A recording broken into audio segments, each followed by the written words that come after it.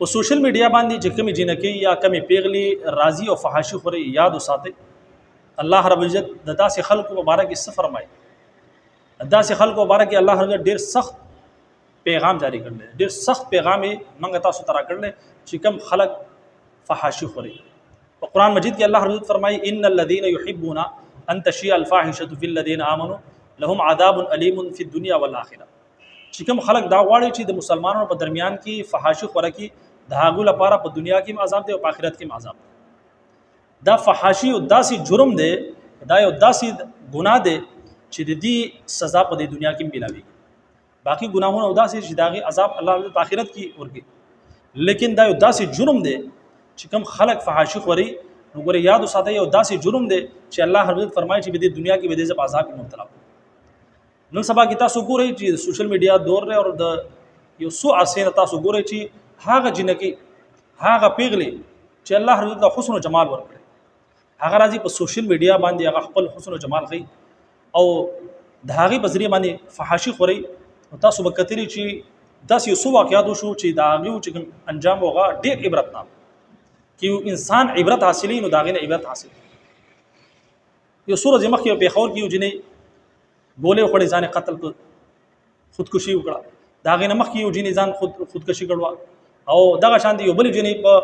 اسلام آباد کې داغه لاش ملاو شو او تیر شو هفته کې یو بل جنې چې داغه یو دوست راغی غي قتل کړ.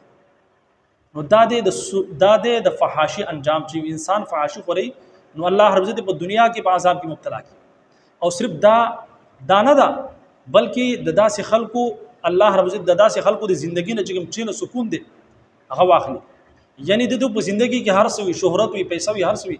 لیکن چین او سکون د دوی په ژوندۍ کې نه وي. د چین او سکون د حاصلولو لپاره داسې خلک بیا نشي کوي، هاي استعمالي منګ نه دی اوري تر اوسه پورې زما په ذهن کې هم دا خبره ده چې زنانه ذات هم نشي کوي، لیکن داسې زنانه داسې جنکی داسې پیغلي چې کوم په سوشل میډیا راځي او فحاشي خوري نو هغه دې حتی بیا ورسې چې هغه بیا نشو تماشو تلاسو د هغه په ذریعہ باندې سکون حاصلي. د الله رب العزت غټ نعمت ته سکون چې د انسان سره سکون الله رب عزت د ایمان نه بعد چې کوم دی ټول نغټ چې کوم دولت ته دا چین او سکون دی. که چېرې یو انسان سره هر څه وي، مال او دولت شهرت هر څه سره وي، چین او سکون په ژوندۍ کې نه وي، دا غني چې زما سره سم نشي راځي د دې ژوندۍ بیا برباد وي.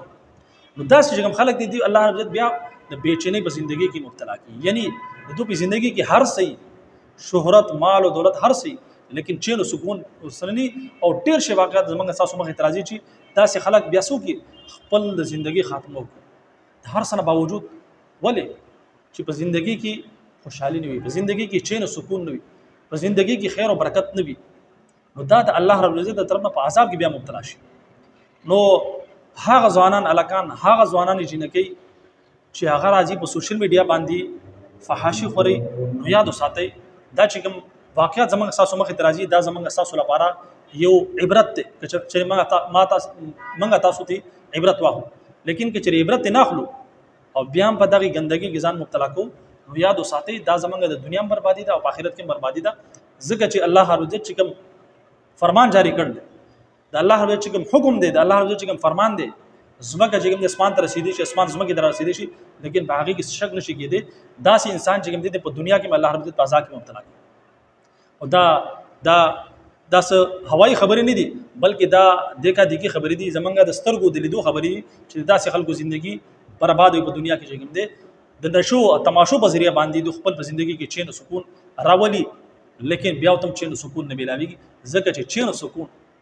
الا بذکر الله تطمئن القلوب چې د الله رب العزت په ذکر کې د الله رب العزت په اطاعت کې د الله رب العزت په فرمانبرداري کې چې کوم دی زړونو سکون دی چې انسان د الله رب العزت نه لري زی د الله رب العزت فرمانبرداري پریدي د الله رب العزت اطاعت پریدي او د الله رب العزت په نافرمانی کې زی چین سکون تلاش کوي. یاد وساتئ هغه کې چین سکون نشته بلکې د داسې خلکو نه بیا الله رب العزت چین سکون واخلي او د دوی ژوندۍ بیا بربادي په دنیا کې د لپاره دنیا د ژوندۍ د داسې خلکو لپاره بیا جهنم جوړ شي. نو امید کوم چې څومره خلک ځوانان لکان دي جنکی دي سوګم دي په دې سوشل میډیا باندې لګیا دي فحاشي خوري نو هغه د الله جوړاو چې د خدای لپاره خپل ځان باندې رحم وکړي دا تاسو نور خلکو ته نقصان نه رسوي خپل ځان ته نقصان رسوي خپل ځان چې کوم دي په عذاب کې مبتلا کوي. نو